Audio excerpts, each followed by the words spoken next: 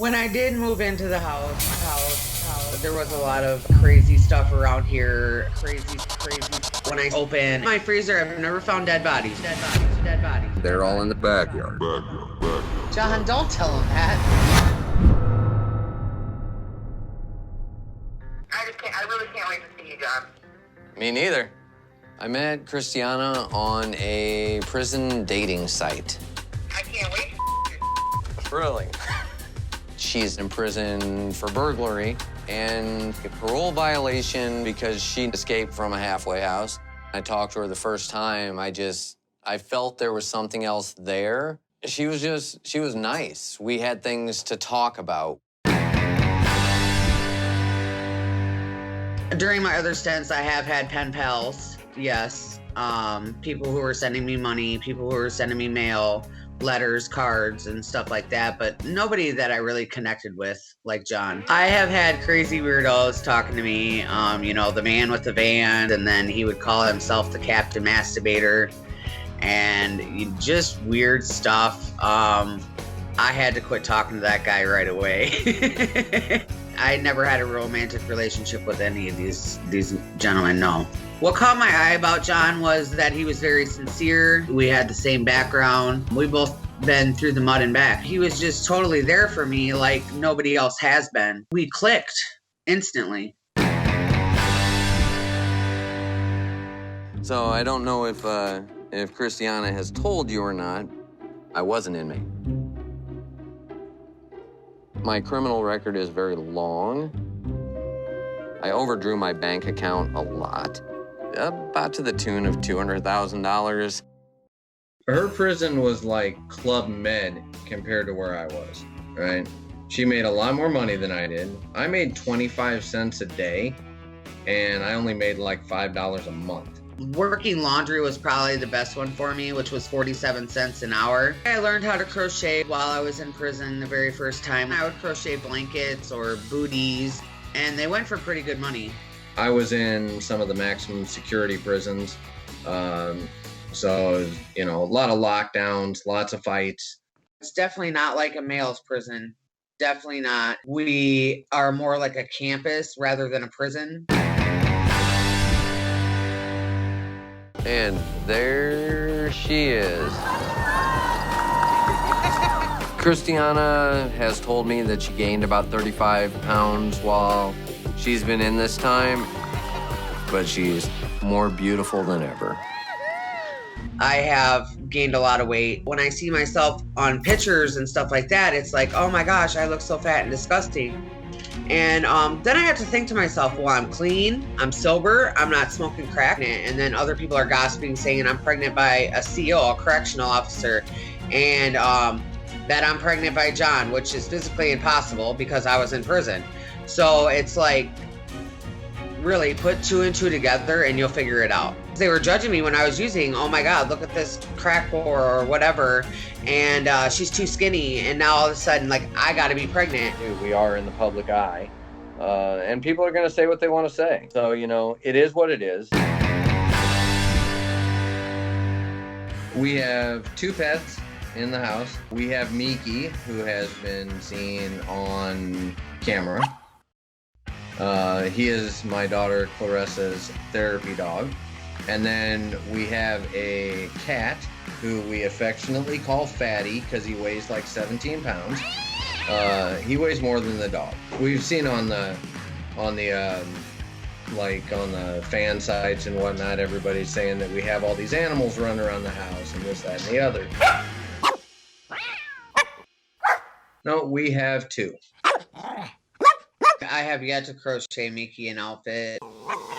That's because dogs don't wear clothes. Shut up. I used to own a restaurant in Waukon, Iowa called the Waukon Burger Pit.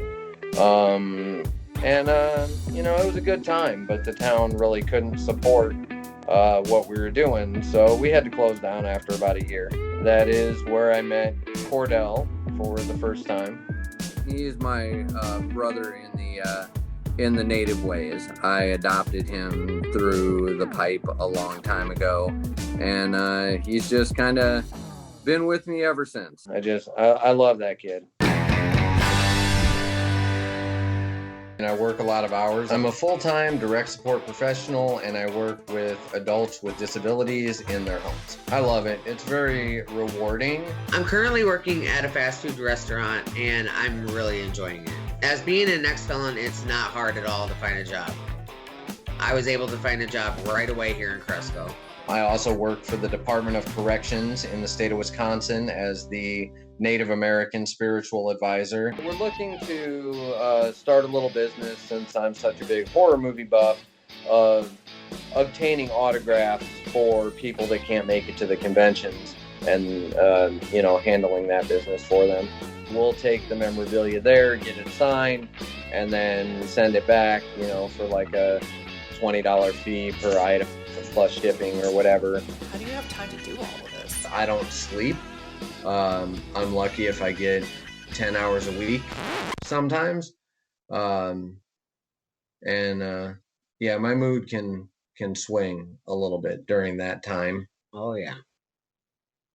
What do you mean? Oh, yeah. Turn that camera back off. We talk about the future and stuff like that, and trips that we want to make. We have talked about moving to South Dakota and living on a reservation there.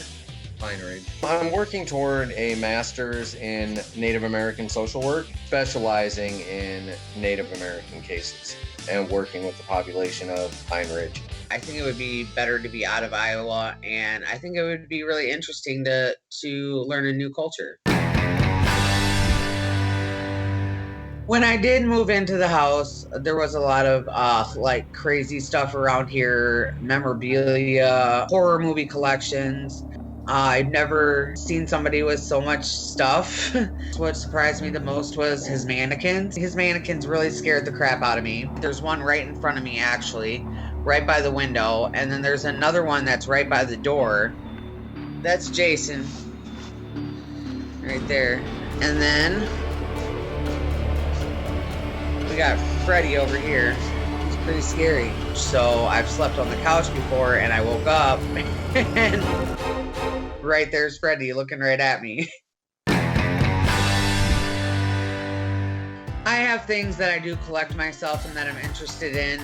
I love Marilyn Monroe. I think she's just stunning.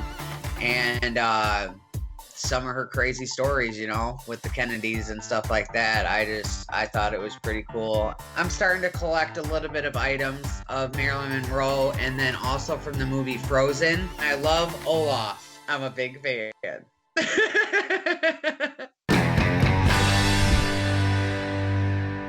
We recently went to the Days of the Dead horror movie convention in Chicago. I was over getting an autograph from the guy that played Tommy Jarvis in one of the Friday the 13th movies, and his assistant started crying. And she got up and she goes, "Oh my God, Kristianna, I love you. You're such an inspiration." And we ended up taking pictures with her instead of with the person that was in the movie. So, it's been good. Most people, unfortunately, most people want to know about Kristianna's sister. We don't talk about that. I don't really want to talk about that.